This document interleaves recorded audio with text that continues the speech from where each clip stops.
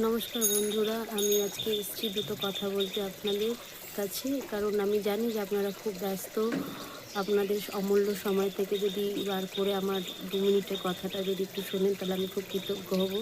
আর আমার কথাগুলো শোনার পরে আপনারা যদি আপনাদের প্রতিক্রিয়াটা দেন, তাহলে বুঝবো যে আমার কথাটা সার্থক হয়েছে কি না।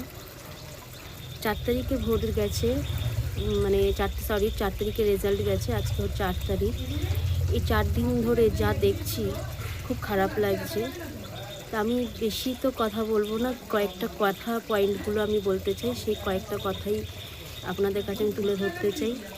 আজকে আমরা বিয়ের পরে শ্বশুরবাড়িতে আসি, শুরু থেকে আমরা তাহলে কি রাস্তাটা থেকে হাঁটাও ছেড়ে দেবো?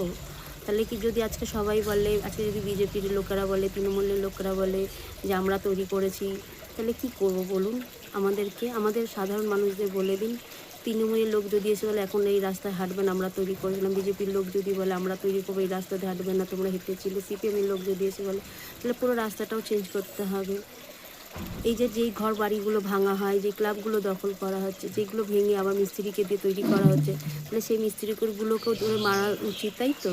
যে তোরা তো তৃণমূলের বেলা মিস্ত্রি এইগুলো তৈরি করে দিয়েছিলিস, আবার এখন আমরা ভেঙেছি, এখন আমার তৈরি করে দিবি। তাহলে আমাদের দোষটা কোথায়? আমি এই যে জয় শ্রীরাম বলাটা, আমরা হিন্দুস্তানে বাস করি, আমরা ভারতবর্ষে বাস করি, আমরা ভারতবাসী। আমরা পাকিস্তানি নই বা বাংলাদেশি নই যে আমাদেরকে রাম বলতে অসুবিধা হবে। এই দেশে সবাই বাস করে।